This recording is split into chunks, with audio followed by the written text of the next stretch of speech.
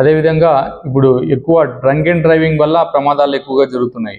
2 wheelers కానీ, 3 wheelers కానీ, 4 wheelers కానీ ఎవరైతే మందు తాగి వాహనాలను నడుపుతున్నారో ఖచ్చితంగా మేము డ్రంక్ అండ్ డ్రైవ్ టెస్ట్ చేసి వాళ్ళని అరెస్ట్ చేసి వాళ్ళ వాహనాన్ని సీజ్ చేసి ఖచ్చితంగా కోర్టుకు హాజరు పెడదాము. కాబట్టి డ్రంక్ అండ్ డ్రైవింగ్ ఎవరు చేయకూడదు. అదేవిధంగా ఓపెన్ ప్లేసెస్లో డ్రింకింగ్ చేయడము, సాయంత్రం అయితేనే ఎక్కడైతే తాడిపత్రి అవుట్స్కట్స్లో కూర్చొని మందు తాగుతుంటారో వాళ్ళందరికీ కూడా గట్టిగా హెచ్చరిస్తున్నాము.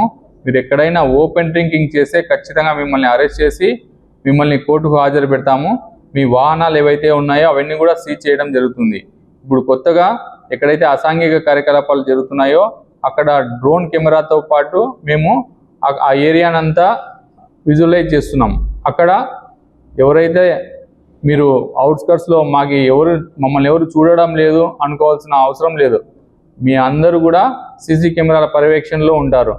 డ్రోన్ కెమెరాతో కూడా మిమ్మల్ని ఐడెంటిఫై చేసి మీరు ఎక్కడ ఏ నేరం చేసినా కూడా వెంటనే మేము పోలీస్ డిపార్ట్మెంట్ వారు పసిగట్టి దాని మీద గట్టి చర్యలు తీసుకుంటాము.